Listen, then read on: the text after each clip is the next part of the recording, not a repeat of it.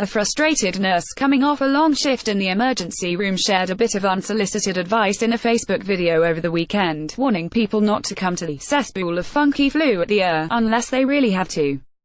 Catherine Smith Locklear, of Milton, Florida, decided to air her frustration Saturday after finishing a 12-hour shift at the hospital, the Miami Herald reported. In the video, titled "After Work Thoughts," she highlights the heightened risk of catching the flu this season and shares some sacertain tips to avoid getting yourself, and other people, sick. To start, she chastised those who bring extra people to the hospital, saying it's a cesspool of funky flu at the ER right now. Don't bring your kids' sports team, don't bring your healthy children, and definitely don't bring your newborn babies, Locklear said. Teenage who first tested negative for the flu dies of influenza A, and also, maybe don't come if you're not really experiencing a true emergency, she added. You could be putting yourself at risk of catching the flu. Right now, we have up to 25 to 30 patients sitting 4 hours in the emergency room waiting room, Locklear said in the video. Some of them are not true emergencies, but they're waiting along with the flu right next to them, so guess what? 5 flus came in, 15 flus walk out. It's great, and guess what? Half of them don't realize that they have the flu yet.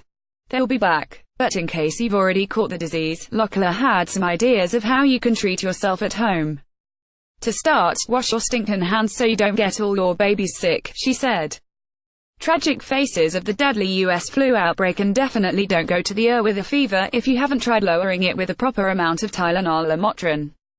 Please don't come in and say, I have a fever and I had 1 Tylenol and it didn't do nothing, she said.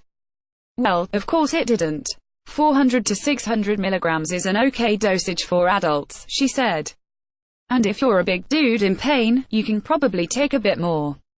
And in dramatic effect, Locklear showed viewers the best way to contain your germs when you sneeze. Watch this, she said as she pulled the camera back to fully show the demonstration. I'm gonna teach y'all a magic trick, it's amazing. While pretending to sneeze, Locklear showed how she sneezes into the crook of her arm, covering both her nose and mouth at the same time, she noted. Tough flu season, hitting baby boomers hard, CDC says. My sleeve got the germs, she said.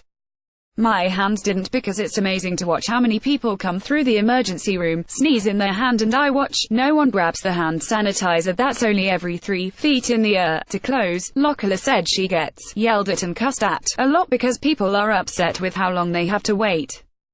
But if someone comes in who's bleeding to death, or they're not breathing, you're going to have to wait a little longer, she said, adding that hospital staff do an eyeball assessment, and can tell that you ain't dying currently. So if you see a doctor or nurse, thank them for the work they're doing, Locklear asked. We're putting ourselves into the thick of some nasty germs to help.